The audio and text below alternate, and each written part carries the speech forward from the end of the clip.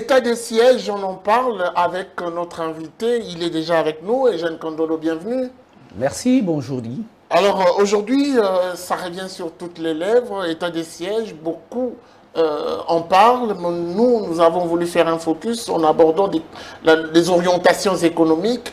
Pouvons-nous dire que c'est un état à craindre au regard de la situation du pays? Bon, c'est un réflexe normal pour chaque être humain, la peur de l'inconnu. Ça paraît un peu une nouveauté pour plus d'une personne. Et c'est tout à fait normal que, bon, les gens se posent des questions, mais maintenant pris sous l'angle social ou l'angle politique, ça revient au même que sous l'angle économique. Donc, c'est une sorte de point d'interrogation. Les gens se demandent, ça sera comment ça va se passer, quelles en seront les conséquences. Et comme c'est une situation dans laquelle on se retrouve, on ne peut pas prédire avec exactitude sur les conséquences directes parce que cet état de siège a été pris pour atteindre un objectif d'abord, éradiquer l'insécurité dans l'Est. Et qui dit éradiquer l'insécurité, tout naturellement, il y aura une conséquence de la fluidité dans la gestion de l'espace et par conséquent, ça va créer l'état de siège fait appel économique. L'état de siège, quoi de plus normal, fait appel à plusieurs restrictions, puisqu'il faut, vous l'avez dit, éradiquer l'insécurité. Mais est-ce que l'on peut s'attendre à un impact économique négatif, justement? Mais ça fait plus de 20 ans qu'il y a un impact négatif sur cette partie de notre pays. Parce que cette partie est très productive et la productivité ne sert pas au pays et même pas aux fils de ce coin-là en termes de population. Ça sert à des individus qui en fait profitent de la situation du chaos pendant un long moment. Et ça ne va pas empirer cet état?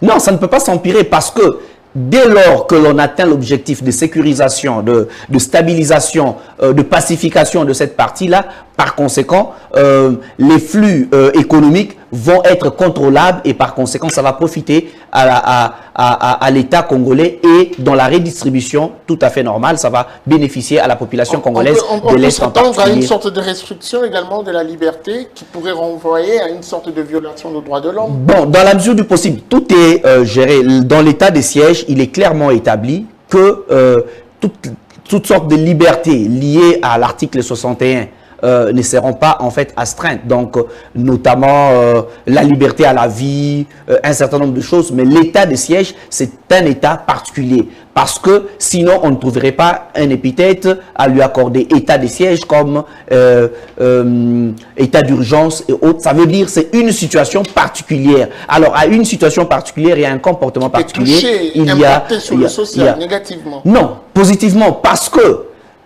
la trajectoire peut passer par le négatif pour ressortir le positif. Parce qu'en fait, il faut dire que c'est une situation exceptionnelle, il faudrait des mesures exceptionnelles. Et dans les mesures exceptionnelles, on ne peut pas faire des omelettes sans casser des œufs. Donc les gens ne doivent pas avoir peur parce que la finalité, c'est pour stabiliser le social, les politiques et l'environnement économique dans cette partie. Parce que jusque-là, c'est des pillages organisés, c'est des ressources non contrôlées, c'est des trafics illicites et ça ne profite pas à l'État.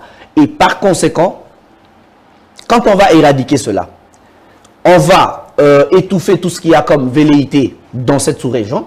Ça va permettre à ce que l'économie soit fluide et par conséquent, qu'il y ait l'économie formelle. Parce que tous ceux qui s'enrichissent là-bas s'enrichissent dans l'économie informelle. Quel risque à craindre, Eugène Kondolo? Ce que vous n'arrivez pas à dire ici. Le risque à craindre sur quel angle? Justement, on parle de cet état de siège, on parle de son impact négatif. Vous l'avez dit peut-être de manière négligeable, très négligeable, ça pourra avoir un impact négatif, mais non, mais j'ai dit que je rapporter des solutions. L'impact, c'est que l'œuf sera cassé et il y aura l'omelette in fine.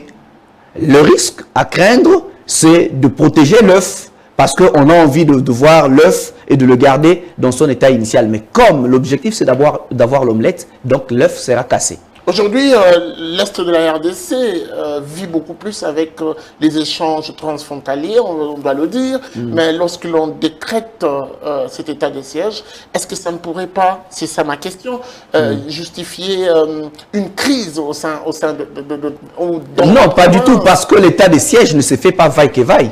c'est une mesure qui est pensée, qui est réfléchie, qui est mesurée. Il y aura des mesures d'accompagnement et d'encadrement, de manière à ce que certaines activités qui ressortent de, j'allais dire, pas des triviales, qui sont ordinaires, puissent continuer à se passer, mais avec un contrôle beaucoup plus accentué, parce qu'il ne faut pas que ces mêmes activités puissent être des raisons pour ouvrir de brèches et d'accentuer. Et là, c'est l'armée qui prend la relève. Vous savez absolument, absolument. L'état de siège, la différence entre l'état de siège et l'état d'urgence, c'est que l'état d'urgence renforce le pouvoir civil des autorités civiles, alors que l'état de siège renforce le pouvoir militaire dans le coin, dans la partie où il est établi. Ça veut dire qu'il y aura renforcement du pouvoir militaire et ce qui va rendre aléatoire la coopération ce qui va rendre aléatoire le travail du gouverneur ainsi que des assemblées provinciales. La coopération déjà entre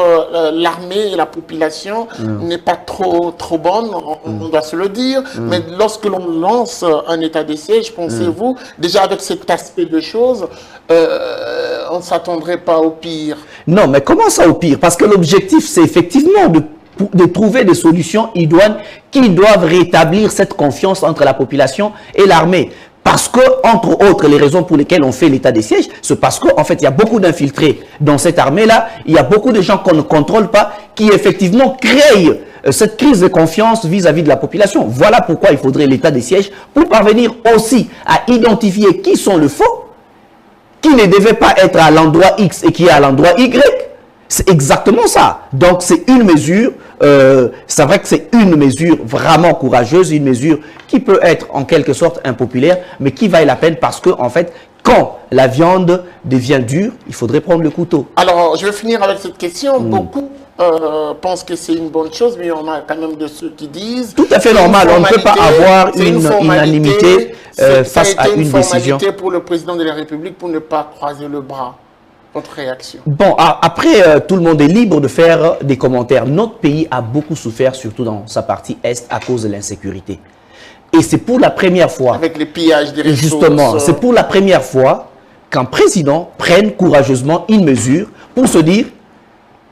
En fait, je ne dis pas qu'on veut essayer. La décision est de trouver une solution durable pour cette partie. On a déjà résolu ces questions dans l'Est. On a eu plusieurs forums, on a eu plusieurs forums.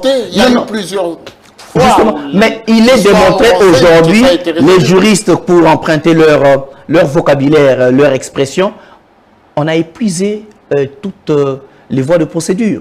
Aujourd'hui, il s'avère être que l'une des solutions efficaces qu'il faille mettre en place, c'est cet état de siège, de manière à ce qu'on puisse être davantage... Et la dernière, la plus efficace. En fait, l'objectif ultime, c'est qu'on trouve une solution. Non, non.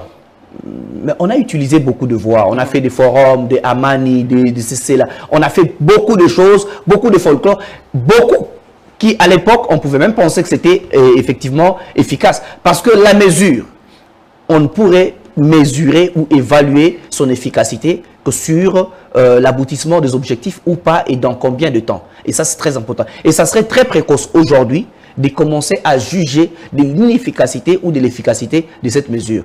Donc, mais ce qui est vrai, c'est qu'aujourd'hui, la mesure a été prise et nous allons voir son application et les résultats que ça va donner selon le timing qui sera donné.